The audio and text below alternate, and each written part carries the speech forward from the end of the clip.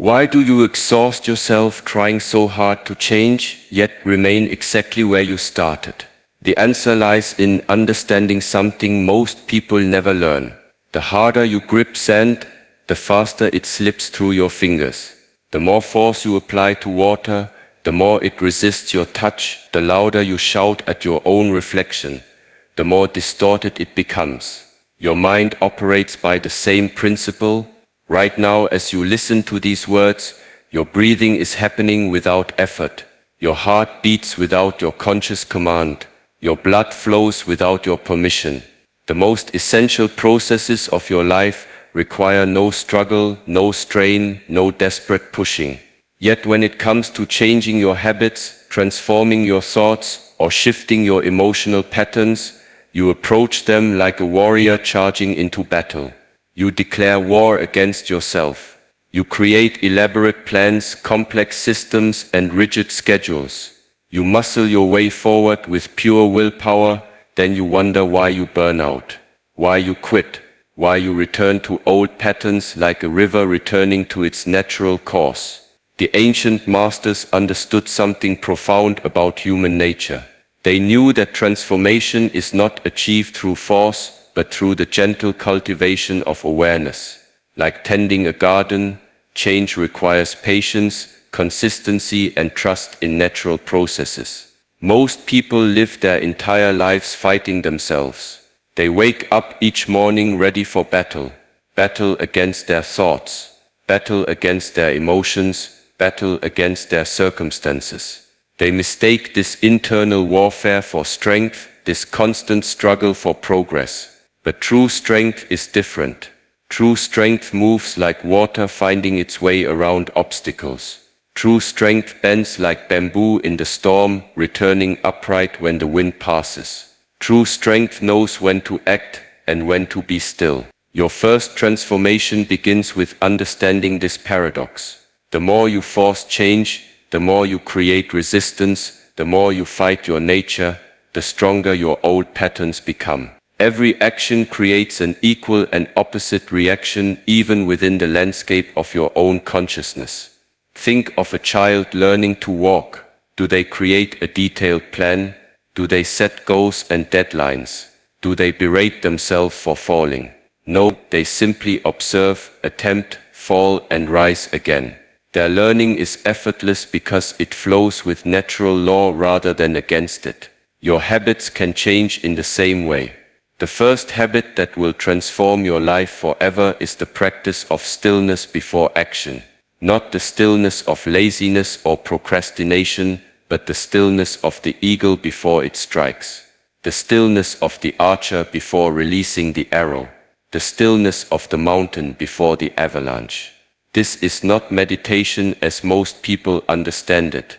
This is not sitting cross-legged for hours, struggling to empty your mind. This is the simple practice of pausing between stimulus and response, between what happens to you and how you react to what happens to you. In that sacred space of stillness lies your power. Most people react automatically. Someone speaks harshly to them, and immediately they speak harshly back. They feel fear, and immediately they run or fight. They experience desire, and immediately they reach for satisfaction. They live their lives like pinballs, bouncing from one reaction to the next, never realizing they have a choice. But you can choose differently. When you feel anger rising, you can. When you feel the urge to speak in haste, you can wait. When you feel pulled toward old patterns, you can observe that pulling without immediately following it. This is not hesitation. This is power. In this moment of stillness, you reclaim your authority over your own responses. You step out of the river of automatic reactions and stand on the riverbank, watching the water flow. The practice is simple. Throughout your day, whenever you notice yourself about to react automatically, breathe once deeply and ask yourself one question: what would serve me best right now? Not what feels most familiar. Not what others expect, not what you've always done. What would serve you best? Sometimes the answer will be to speak. sometimes to remain silent, sometimes to act, sometimes to wait, sometimes to engage, sometimes to withdraw. The key is that your response comes from choice, not compulsion. This single practice applied consistently will begin to transform every area of your life.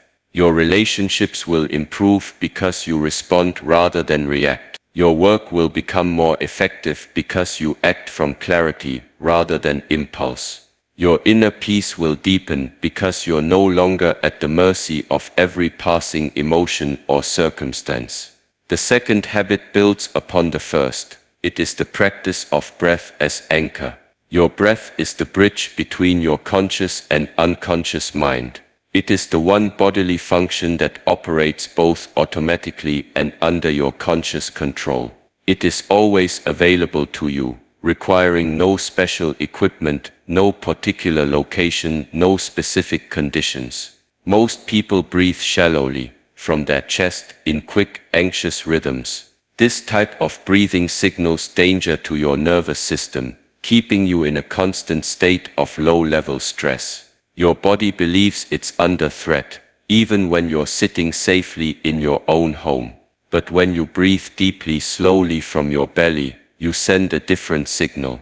You tell your nervous system that all is well, that you are safe, that you can relax and respond thoughtfully, rather than react frantically. The practice is this several times throughout your day. Return your attention to your breath, not to control it, but to observe it. Feel the air entering your nostrils. Feel your chest and belly expanding. Feel the between the in-breath and the out-breath. Feel the air leaving your body. This simple attention transforms both your physiology and your psychology. Your heart rate slows. Your blood pressure decreases. Your mind becomes clearer. Your emotions become more stable, but more importantly, you develop what the ancient traditions call presence. You become anchored in the current moment, rather than lost in thoughts about the past or anxieties about the future. When you are truly present, you have access to wisdom that is not available when your mind is scattered. You can perceive opportunities that anxiety would blind you to. You can respond to challenges with creativity rather than panic. You can connect with others authentically rather than from behind the mask of your preoccupations. Your breath becomes your refuge. In any moment of stress, confusion, or overwhelm, you can return to this anchor. 3 deep breaths can shift your entire state of being. 3 conscious breaths can transform your perspective on any situation. This is not theory, this is practical wisdom tested by millions of people across thousands of years. The third habit that will change your life forever is the development of witness consciousness. This is the practice of observing your thoughts without being consumed by them. Right now you are thinking, but are you your thoughts? Right now you may be feeling an emotion, but are you that emotion? Right now you may be experiencing physical sensations, but are you those sensations? Most people identify completely with their mental and emotional states. When they think I am worthless, they believe they are worthless. When they feel angry, they believe they are an angry person. When they experience fear, they believe they are in danger. But there is a part of you that observes all of these experiences without being identical to any of them. There is an awareness that watches your thoughts arise and pass away. There is a stillness that remains constant even as your emotions fluctuate. This is your witness consciousness. This is the part of you that remains calm in the center of every storm. Developing this witness awareness is like learning to step back from a painting to see the whole canvas rather than being lost in individual brushstrokes. When you can observe your thoughts and emotions rather than being swept away by them, you gain tremendous freedom. You realize that thoughts are like clouds passing through the sky of your awareness. Some are pleasant, some unpleasant, but none of them are permanent. None of them define who you are. You are the sky itself, vast and unchanging, through which all experiences pass. The practice is to regularly ask yourself, what am I thinking right now? What am I feeling right now? What am I experiencing right now? And then to observe these states without judgment, without trying to change them, without identifying with them. When you notice anxiety, you don't say, I am anxious. You say, I am observing anxiety. When you notice anger, you don't say, I am angry. You say, I am watching anger move through me. When you notice joy, you don't say, I am joyful. You say, I am aware of joy arising within me. This subtle shift in language reflects a profound shift in identity. You move from being the victim of your mental and emotional states to being the observer of them. You move from being reactive to being responsive. You move from being unconscious to being awake. As you develop this witness consciousness, you will notice something remarkable happening. The thoughts and emotions that once controlled your behavior begin to lose their power over you. You can feel anger without lashing out. You can experience fear without running away. You can notice desire without being compelled to act on it. This doesn't mean becoming cold or detached. This means becoming free to choose your responses based on wisdom rather than compulsion. When someone speaks harshly to you, you can observe your initial impulse to speak harshly back and then choose a response that serves the situation better. When you feel the urge to avoid a difficult conversation, you can notice that urge and then choose to have the conversation anyway. When you experience the pull of an old destructive habit, you can witness that pull without automatically following it. This witness consciousness is not something you achieve once and possess forever. It is something you cultivate moment by moment, day by day, year by year. Like physical fitness, it requires regular practice to maintain and develop. But even a small amount of witness consciousness transforms your life dramatically. You become less reactive and more responsive. You become less anxious and more peaceful. You become less controlled by circumstances and more able to influence them. These three habits work together like the legs of a tripod, each supporting and strengthening the others. The stillness before action gives you space to breathe consciously. Conscious breathing helps you develop witness consciousness. Witness consciousness makes it easier to before reacting. Together they create what the ancient masters called inner mastery. Not the mastery of others or of external circumstances, but mastery of your own responses, your own attention, your own inner world. This inner mastery is the foundation for all other achievements. When you are no longer at the mercy of every passing thought, emotion, or circumstance, you become capable of sustained purposeful action. When you are no longer reactive, you become truly creative. When you are no longer scattered, you become powerfully focused. The path begins with understanding the paradox we started with. The more you try to force change through effort alone, the more you create resistance. But when you align your efforts with natural law, when you work with your nature rather than against it, transformation becomes as natural as a seed becoming a tree. These three habits are seeds. Plant them in the soil of your daily life through consistent, gentle practice. Water them with patience and trust. Protect them from the harsh criticism of your inner judge. Give them time to take root and grow. Do not expect immediate dramatic results. Do not measure your progress by comparing yourself to others. Do not abandon the practice when you don't see instant transformation. Instead, trust in the process. Trust in the wisdom of natural law. Trust in your own capacity for growth and change. The person who breathes consciously is different from the person who gasps anxiously through life. The person who saw before reacting is different from the person who lives in constant reaction. The person who can observe their thoughts and emotions is different from the person who is controlled by them. These differences are subtle at first, like the first green shoots of spring breaking through winter soil. But given time and consistent practice, they transform not just your behavior but your entire experience of being alive. You are not broken and in need of fixing. You are not flawed and in need of perfection. You are a natural being designed to grow and evolve and transform, just like every other living thing. The only requirement is that you work with your nature rather than against it, that you trust in gentle cultivation rather than forcing harsh change, that you remember the wisdom of water which overcomes the hardest stone not through force but through persistence and patience.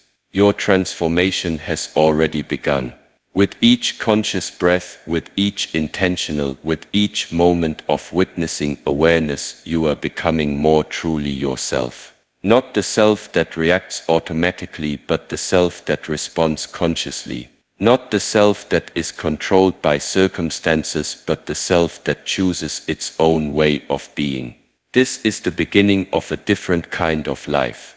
A life lived from the inside out rather than the outside in. A life of conscious choice rather than unconscious reaction. A life of inner freedom that no external circumstance can take away. But inner freedom means nothing if it exists in isolation. The architecture of true mastery extends beyond personal practice into how you structure your entire existence. Most people build their lives like houses of cards, impressive from a distance but fragile when tested by the winds of challenge. What would your life look like if you built it like a mountain instead? Mountains stand for millennia because they understand something most people never learn. They are not built from the top down but from the foundation up. They do not try to impress with unnecessary decoration but command respect through their essential nature. They do not resist the storms that come but remain unmoved at their core while allowing the surface to weather and change. Your life can possess this same quality of enduring strength, but only if you understand the architecture of inner mastery. The fourth habit that will transform your life forever is the practice of sacred simplicity. This is not the simplicity of poverty or deprivation, but the simplicity of the master archer who removes everything that does not serve the perfect shot. Look around your life right now. How much of what you own, what you do, what you think about actually serves your highest good? How much is simply accumulated clutter, mental noise, emotional baggage that weighs you down without adding value? Most people live in a constant state of overwhelm because they have never learned to distinguish between what is essential and what is merely present. They say yes to everything because they have never developed the wisdom to know what deserves their no. They collect possessions, commitments, and concerns like a river collecting debris, wondering why their flow becomes muddy and slow. But the master lives differently. The master asks one question about everything that enters their life: does this serve my highest purpose or does it distract from it? This question is a sword that cuts through the complexity of modern existence. It separates what nourishes from what depletes, what strengthens from what weakens, what aligns from what scatters. The practice begins with your physical environment. Walk through your living space and observe what you see. Each object you own either supports your growth or hinders it. Each possession either adds energy to your life or drains it. Each item either serves a clear purpose or exists as clutter. Begin removing what does not serve, not in a frenzy of dramatic purging, but with the methodical precision of a sculptor revealing the statue hidden within the stone. Each thing you release creates space for what truly matters. Each simplification clarifies your vision of what you are becoming. But sacred simplicity extends far beyond material possessions. It applies to your commitments, your relationships, your thoughts, your habits. It applies to how you spend your time, your attention, your emotional energy. You have been conditioned to believe that more is better, more activities mean a fuller life, more options mean greater freedom, more stimulation means less boredom, more connections mean less loneliness. But the opposite is true. More often means less. More activities create less depth. More options create more confusion. More stimulation creates less sensitivity. More surface connections create greater isolation. The fifth habit builds naturally from this understanding. It is the practice of mindful consumption, which means becoming conscious of everything you allow into your mind, your body, and your environment. Your consciousness is like a garden. What you plant determines what grows. What you water flourishes. What you neglect withers. But most people tend their external gardens with great care while allowing their inner gardens to become overrun with weeds. You consume information constantly. News, conversations, books, videos, music, podcasts. Each piece of information you consume either nourishes your consciousness or pollutes it. Either elevates your thinking or degrades it. Either contributes to your peace or creates disturbance. The practice is to become as selective about what you feed your mind as you would be about what you feed a beloved child. Before consuming any information, ask yourself, will this serve my growth? Will this contribute to my peace? Will this help me become who I am meant to be? This does not mean avoiding all challenging or difficult information. Sometimes growth requires confronting uncomfortable truths.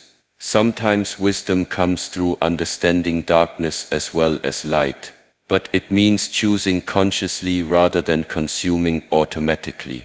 The same principle applies to the food you eat, the air you breathe, the people you spend time with, the environments you frequent. Everything you take in becomes part of you. Everything you expose yourself to influences your state of being.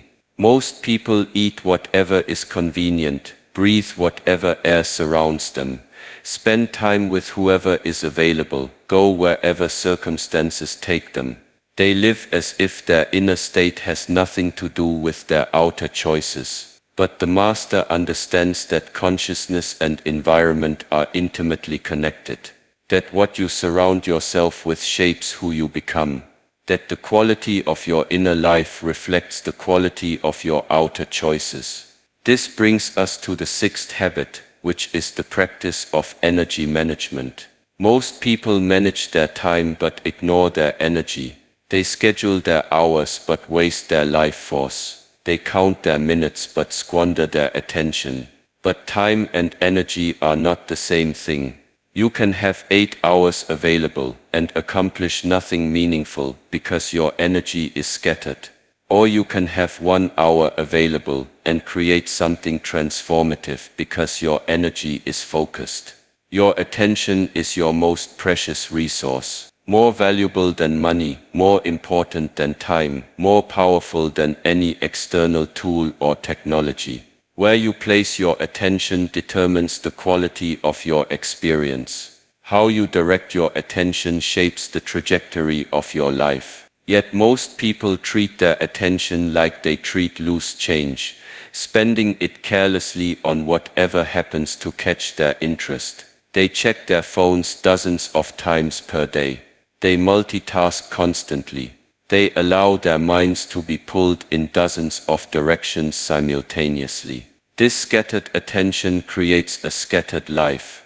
When your focus is divided, your power is divided. When your energy is dispersed, your effectiveness diminishes. When your attention jumps from thing to thing, you never go beyond the surface of anything. The practice of energy management begins with understanding that you have different types of energy. Physical energy, which comes from rest, nutrition, and movement. Emotional energy, which comes from meaningful connections and emotional processing. Mental energy, which comes from learning, creating, and problem solving. Spiritual energy, which comes from connection to purpose and meaning. Each type of energy has its own rhythms, its own requirements, its own ways of being depleted and renewed. The master learns these rhythms and works with them rather than against them. You have times of day when your mental energy is highest. Use these times for your most important cognitive work. You have times when your creative energy flows most freely. Protect these times from interruption and distraction. You have times when your emotional energy is most stable. Schedule difficult conversations and challenging decisions for these periods. But energy management is more than timing. It is also about boundaries. About saying no to energy drains, so you can say yes to energy sources. About protecting your life force from those who would waste it on trivial concerns. The seventh habit that will change your life forever is the practice of present moment anchoring. This goes beyond the breathing practice we discussed earlier. This is about developing the ability to return to the present moment, no matter what chaos surrounds you. Your mind has been trained to live everywhere except where you actually are. It replays past conversations, imagines future scenarios, creates elaborate fantasies, worries about problems that may never occur. This mental time travel robs you of the only moment in which you actually have any power. The past is gone. You cannot change what has already happened. The future is not yet here. You cannot control what has not yet occurred. The only moment in which you can think, choose, feel, act, or create is this moment. Right now, yet this moment is exactly where most people spend the least time. They rush through the present to get to an imaginary future. They distract themselves from what is happening now with thoughts about what might happen later. The practice of present moment anchoring is about developing what ancient traditions called the eternal now. Not a philosophical concept, but a lived reality, a way of being that finds complete fulfillment in whatever is happening right now. This does not mean becoming passive or losing interest in the future. Planning and goal setting remain important, but they are done from a foundation of present moment awareness rather than from anxiety about what might happen or regret about what has already occurred. The technique is simple but profound. Several times throughout your day, ask yourself what is happening right now. Not what you think about what is happening, but what is actually occurring in this moment. You might notice the sensation of your feet touching the ground, the feeling of air moving in and out of your lungs, the temperature of the room around you, the sounds in your environment, the quality of light, the thoughts arising in your awareness. This anchoring in present reality creates a profound shift in your relationship with life. Instead of always reaching for something else, you find richness in what is already here. Instead of constantly seeking fulfillment in the future, you discover completeness in the present. When you are fully present, ordinary experiences become extraordinary. A simple meal becomes a feast of flavors and textures. A conversation becomes a rich exchange of energy and understanding. A walk becomes a symphony of sights, sounds, and sensations. But more importantly, when you are present, you have access to intuition and wisdom that anxiety and distraction block. You can perceive opportunities that mental noise would cause you to miss. You can respond to challenges with creativity rather than react with patterns learned in the past. These 4 habits create the architecture of inner mastery. Sacred simplicity creates space for what matters. Mindful consumption protects the quality of your consciousness. Energy management ensures your power is directed toward your priorities. Present moment anchoring gives you access to the only time in which transformation is possible. Together they function like the elements of a well-designed building. The foundation of simplicity supports everything else. The walls of mindful consumption protect the interior space. The roof of energy management conserves and directs your resources. the windows of present moment awareness let in the light of wisdom and inspiration. But unlike a physical building, this architecture of mastery is not constructed once and then forgotten. It requires daily attention, constant refinement, ongoing maintenance. Like a garden that must be tended regularly to flourish, your inner mastery must be cultivated moment by moment, choice by choice, breath by breath. The difference between someone who practices these habits and someone who does not is like the difference between a mountain and a pile of sand. Both may appear substantial from a distance, but only one can withstand the storms of life without being scattered by the wind. When challenges come, and they will come, you will not be caught unprepared. When circumstances change, and they will change, you will not be devastated by the shift. When others around you panic, you will remain centered. When others react unconsciously, you will respond consciously. This is not because you will never experience difficulty, loss, or pain. This is because you will have built your life on a foundation that cannot be shaken by external circumstances. You will have created an inner refuge that provides stability regardless of what happens around you. Think of the bamboo forest in the storm. The trees that resist the wind are broken. The trees that bend with the wind survive and thrive. Your inner architecture should possess this same quality of flexible strength, solid enough to provide stability, flexible enough to adapt to whatever comes. This adaptation is not compromise. This adaptation is intelligence. The water that flows around the rock is not weaker than the rock. It is simply working with natural law rather than against it. Eventually the water will wear away even the hardest stone, not through force but through persistence and patience. Your transformation follows the same principle. You are not trying to become someone completely different. You are not trying to eliminate your human nature or transcend your physical existence. You are simply aligning your choices with wisdom rather than impulse. Your actions with purpose rather than habit. Your responses with consciousness rather than conditioning. This alignment creates what appears to others as effortless mastery. But it is not effortless. It is the result of consistent conscious practice applied over time with patience and dedication. It is the compound effect of small wise choices made moment after moment, day after day, year after year. The person who lives by these principles becomes like a tuning fork that resonates at the frequency of wisdom and peace. Others are drawn to this resonance without always understanding why. They sense something different, something stable, something authentic that they recognize as what they themselves are seeking. But you do not practice these habits to impress others or to gain their approval.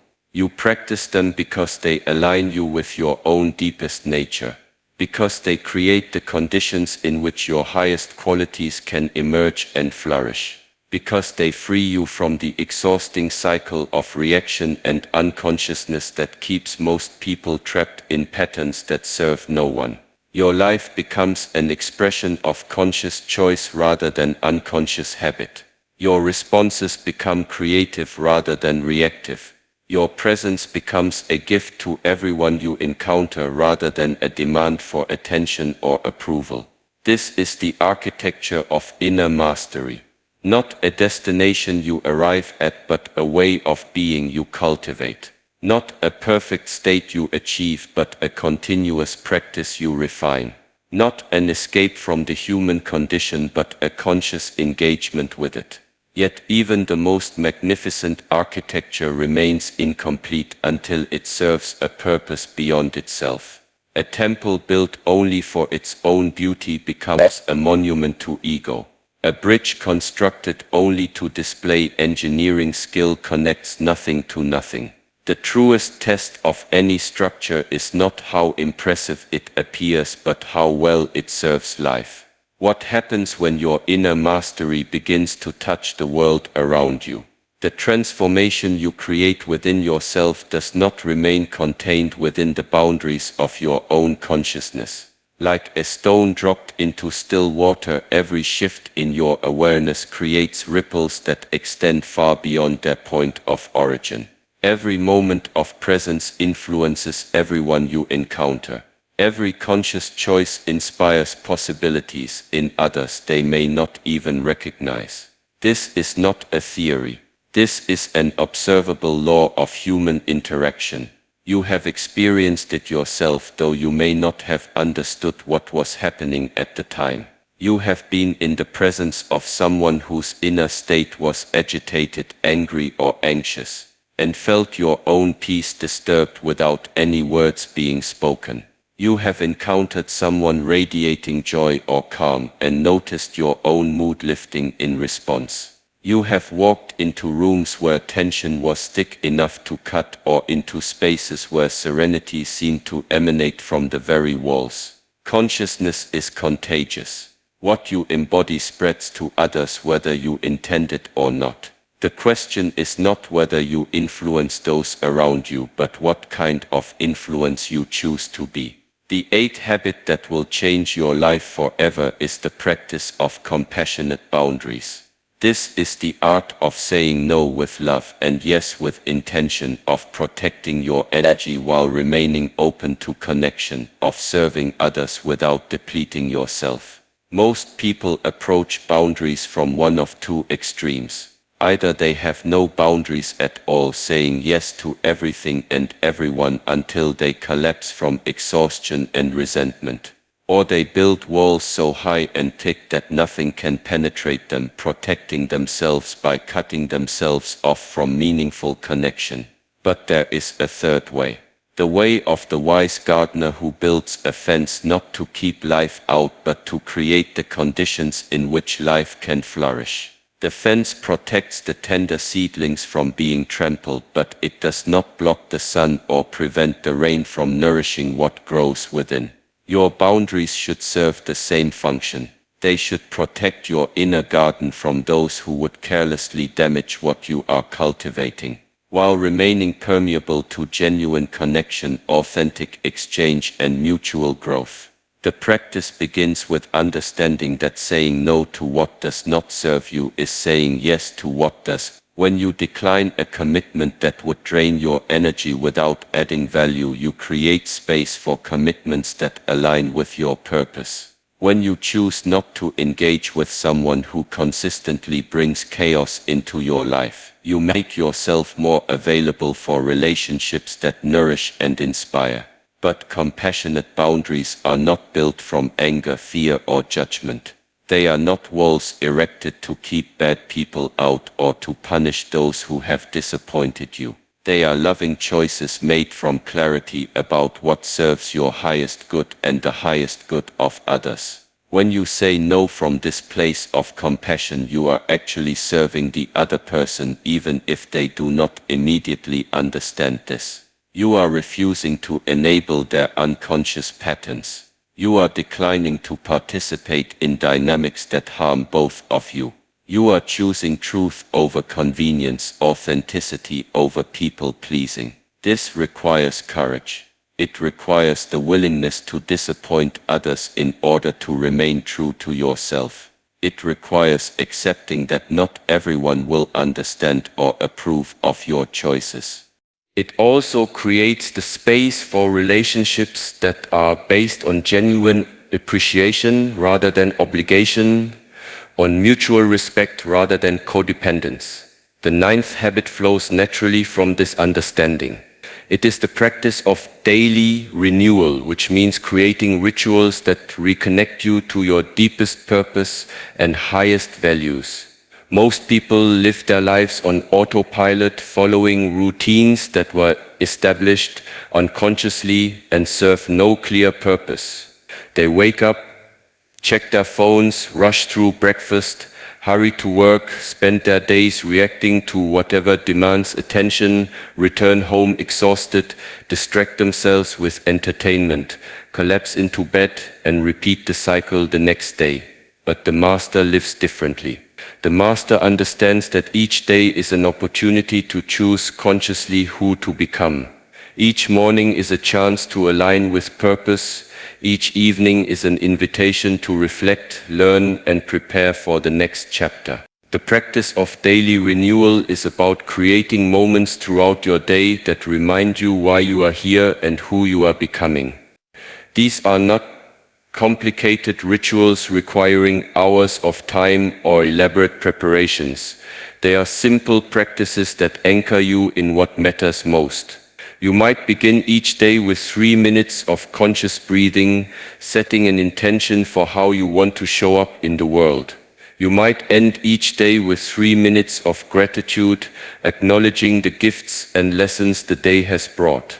You might take a few moments before important meetings or conversations to center yourself and connect with your highest purpose. The specific rituals matter less than the consciousness with which you approach them. What matters is that you create regular opportunities to step out of the stream of unconscious activity and remember who you are beneath the roles you play and the tasks you perform.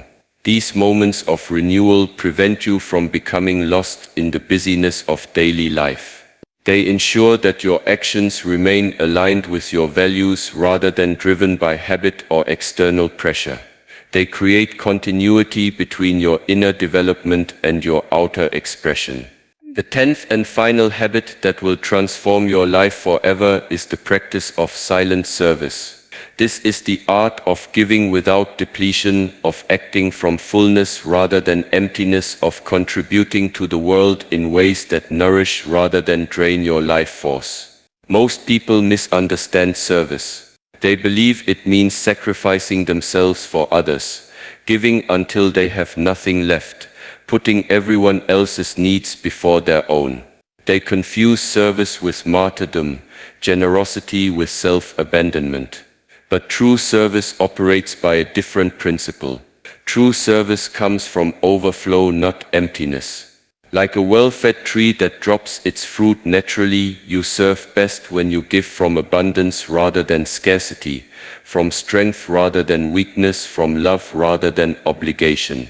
The practice begins with filling your own cup first, not from selfishness but from wisdom. You cannot give what you do not have. You cannot offer peace if you are agitated. You cannot provide stability if you are scattered. You cannot inspire others if you are depleted.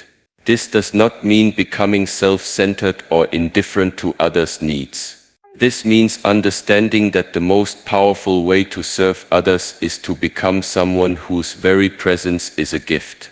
Someone whose inner state contributes to rather than detracts from any situation they enter. When you have cultivated the 7 habits that came before this one, service becomes natural. Your stillness before action helps others slow down and consider their choices. Your conscious breathing reminds others to breathe deeply. Your witness consciousness gives others permission to step back from their own mental and emotional storms. Your simplicity inspires others to question what they truly need. Your mindful consumption encourages others to become more conscious of what they allow into their lives. Your energy management demonstrates that exhaustion is not inevitable. Your present moment awareness invites others into the richness of what is happening right now. But this influence happens silently, without preaching or teaching or trying to convince anyone of anything. It happens through embodiment rather than explanation, through demonstration rather than declaration, through being rather than doing. This is the deepest secret of transformation. You change the world not by trying to change others, but by changing yourself so completely that your very existence becomes an invitation for others to discover their own possibilities. When you walk into a room centered and peaceful, you create space for others to access their own centeredness and peace. When you respond to challenges with wisdom rather than reactivity, you demonstrate that such responses are possible. When you remain calm in chaos, you become an anchor point that others can use to find their own stability. This happens without effort or intention on your part. It happens naturally, the way a candle lights other candles without diminishing its own flame. The way a tuning fork causes other tuning forks to resonate at the same frequency. The way one person's authentic presence gives others permission to be authentic as well. But here is what you must understand. These 10 habits are not a ladder you climb once and then stand upon forever. They are not achievements you earn and then possess permanently. They are living practices that require daily attention, constant refinement, ongoing commitment. There will be days when you forget to before reacting. Days when your breathing becomes shallow and anxious. Days when you identify completely with your thoughts and emotions. Days when you accumulate clutter and consume mindlessly. Days when your energy scatters and your attention fragments. This is not failure. This is being human. The master is not someone who never falls. The master is someone who falls consciously and rises quickly. Someone who notices when they have forgotten their practices and gently returns to them without self-judgment or harsh criticism. Each time you return to conscious breathing after a period of unconscious gasping, you strengthen your capacity for awareness. Each time you before reacting after a moment of automatic response, you deepen your freedom to choose. Each time you simplify after a period of accumulation, you clarify your understanding of what truly matters. The path of transformation is not a straight line ascending steadily upward. It is a spiral, returning again and again to the same essential practices, but at ever-deepening levels of understanding and embodiment. What seems like repetition is actually evolution. What appears to be moving in circles is actually moving toward the center. What feels like slow progress is actually the natural rhythm of sustainable growth. You are not trying to become perfect. You are not trying to transcend your humanity or escape the challenges of earthly existence. You are simply learning to dance more consciously with whatever life brings, to respond more wisely to whatever circumstances arise, to remain more centered regardless of what storms may come. This dance, this wisdom, this centeredness becomes your gift to the world. Not because you preach about it or teach others how to achieve it, but because you embody it so completely that others cannot help but notice something different in your presence. They may not be able to name what they sense, but they feel it. A quality of peace that does not depend on external circumstances. A stability that remains constant through changing conditions. An authenticity that needs no masks or pretenses. Some will be inspired to ask questions. Others will simply absorb the transmission of your presence without conscious awareness. Still others may feel threatened by your inner freedom and react with criticism or judgment. Your response to all of these reactions is the same. Continue your practices. Maintain your center. Embody your values. Let your life be your teaching. You do not need to convince anyone of anything. You do not need to prove that your way is better or recruit others to follow your path. You simply need to live so authentically that your existence becomes evidence that transformation is possible. Remember where we began. The harder you try to force change, the more resistance you create. The more you fight against your nature, the stronger your old patterns become. But when you align your efforts with natural law, when you work with the grain of existence rather than against it, transformation becomes as inevitable as a river reaching the sea. These 10 habits are your alignment with natural law. They are not impositions forced upon an unwilling self, but remembrances of how life is designed to function when it functions optimally. They are not restrictions that limit your freedom, but practices that reveal your deepest liberty. The stillness before action is natural to you. You knew it as a child before the world taught you to rush. The conscious breath is your birthright. Your body does it automatically when you stop interfering with its wisdom. The witness consciousness is your true nature. It is who you are beneath all the identities you have accumulated. The simplicity, the mindful consumption, the energy management, the present moment awareness, the compassionate boundaries, the daily renewal, the silent service, all of these are expressions of your authentic self when it is not distorted by conditioning, confusion, or the desperate need to fit in. You are not learning to become someone new. You are remembering how to be who you have always been underneath the layers of unconscious habits and social programming. This remembering is the real transformation, not an addition to who you are, but a subtraction of everything that is not essential. Not an improvement of your basic nature, but a revelation of the perfection that was already there.